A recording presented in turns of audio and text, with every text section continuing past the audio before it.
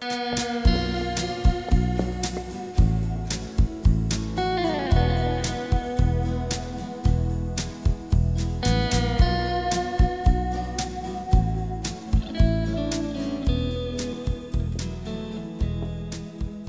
sommes aux Ursulines. Et donc j'ai fait un hommage à Sainte Ursule dans la chapelle des Ursulines de Lannion. Sainte Ursule qui était la patronne des drapières et qui a tenté de protéger avec un manteau 10 autres vierges, ou selon la légende, 11 000. Puisque mon exposition s'appelle « Ego et origine de mes mondes », il était évident pour moi que Courbet, avec son Origine du monde de 1866, soit à l'intérieur de ce manteau. Et à l'extérieur, puisque je m'intéresse beaucoup aux rupestres, j'ai cherché de nombreuses représentations, de nombreux signes vulvaires qui correspondent à 50 000 ans d'art préhistorique et tribal. Et donc Sainte Ursule est devant un utérus enguirlandé avec des trompes de Fallope rouges, enguirlandées également. J'ai choisi cette forme d'utérus, c'est parce qu'au moment où les Ursulines, donc une merveilleuse salle d'exposition de Lannion, m'a commandé l'exposition, cela coïncidait avec la vente de ma maison natale. Il a fallu retourner dans les souvenirs, dans les odeurs, dans les visages et dans d'innombrables objets de toute une vie. Et je suis donc retourné avec tous ces objets vers mon enfance, vers mon primitif, ce que Gauguin appelait, oui, Paul Gauguin, appelait l'enfance de l'humanité. Et à l'intérieur de cette forme, j'ai donc placé tout ce qu'il y avait dans mon cerveau et dans mes souvenirs. Moi tout petit, mes parents, et puis la fratrie, et les idées qui ont jalonné 52 ans d'existence. Il a fallu me débarrasser de la religion, c'est pourquoi il y a une forme athée dans cet utérus. Il a fallu dénoncer un peu la politique, c'est pourquoi il y a une belle installation politique. Il y a aussi les jeux de massacre, parce que nous sommes dans un monde un peu massacré, qui ne cesse aussi de se massacrer. Il y a aussi une pièce importante sur les fous.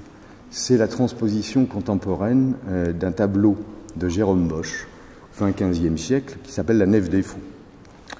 Et donc j'ai fait une transposition contemporaine en respectant tous les éléments du tableau de Bosch, avec la folie contemporaine d'aujourd'hui, qui dénonce aussi les électrochocs et la façon dont on gère la psychiatrie dans ce monde. La transposition donc de ce tableau de Bosch, La Nef des fous, est intitulée la Barca Grilli. Et parce que les Italiens aimaient prendre toutes les images un peu de Bosch, qui était un peintre visionnaire, un peintre un peu fou, un peintre qui a égratigné la religion. Ça signifiait littéralement araignée au plafond. Et donc la Nef des fous est devenue la Barca Grilli, qui signifie littéralement embarcation pour araignée au plafond. Et donc dans ce tableau, et ce que je fais aussi dans cette transposition donc en volume, c'est une dénonciation à la fois de l'avidité, de la cupidité et de la luxure du clergé.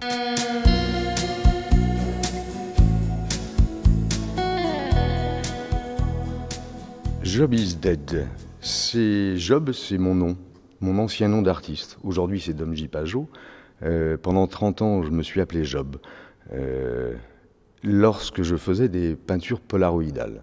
C'est-à-dire que pendant 30 ans, avec des films SX70, j'ai gravé les polaroïdes. C'est-à-dire que je poussais les produits chimiques qui sont à l'intérieur des polaroïdes avec des ciseaux à bois, qui évoquent d'ailleurs mon père, dont on parlait à l'instant, avec des baguettes japonaises, avec des cuillères à absinthe. Et je poussais ces pigments pour faire ma peinture. Et ensuite, j'assemblais tous ces polaroïdes les uns à côté des autres. Et en 2007, donc j'ai commencé en 1974, et en 2007, la production de SX70 s'est arrêtée. Et depuis, je suis passé donc à d'autres médiums. Et j'ai voulu rendre hommage à 30 ans de peinture polaroïdale. Et évidemment, j'ai appelé cette installation Job is dead, mais je dis merci à ces 30 années. Ego Et Origine de mes mondes est donc le nom de mon exposition dans la chapelle des Ursulines de Lannion.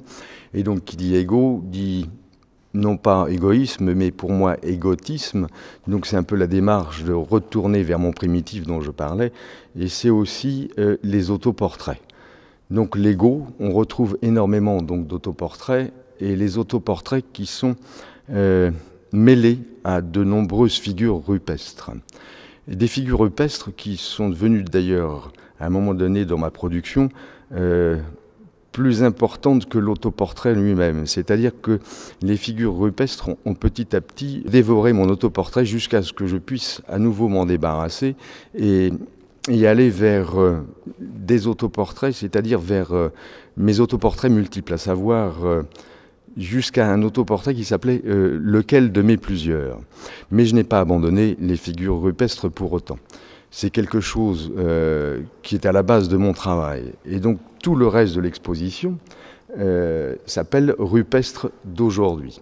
Et ce rupestre d'aujourd'hui est basé sur une chose simple, c'est que je parlais de 50 000 ans d'art rupestre ou d'art préhistorique et tribal, et les peintres ou les cueilleurs archaïques dans les grottes dessinaient, gravaient, peignaient à partir des lignes naturelles de la roche. Et donc ils prenaient ces lignes abstraites pour donner de nouvelles figures, de nouvelles formes. Et je fais exactement la même chose dans mon travail. C'est-à-dire que sur la toile, je dessine d'abord, je trace des lignes abstraites, et à partir de ces lignes abstraites naissent des formes, des figures, et peu à peu je vais vers une défiguration de ces nouvelles figures. C'est ce que j'appelle une sorte de figuration née de l'abstraction, c'est une figuration abstraite. Il y a eu un événement important en mars 2011, une horreur, qui sera une horreur incommensurable, c'est la catastrophe de Fukushima. Et donc en mars 2011, j'ai arrêté ma production de taureaux, de représentations rupestres, j'allais dire plus classiques, et je me suis attaqué à cette catastrophe, à ce drame.